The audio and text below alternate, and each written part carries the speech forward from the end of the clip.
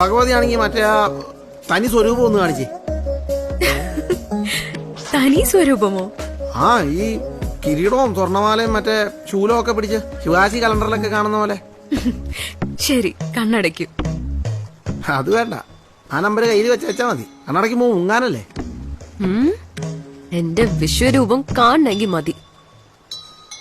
ആ ശരി.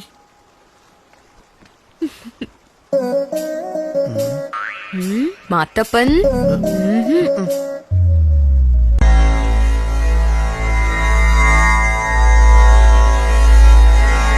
ചന്ദ്രചൂഡ ശിവശങ്കര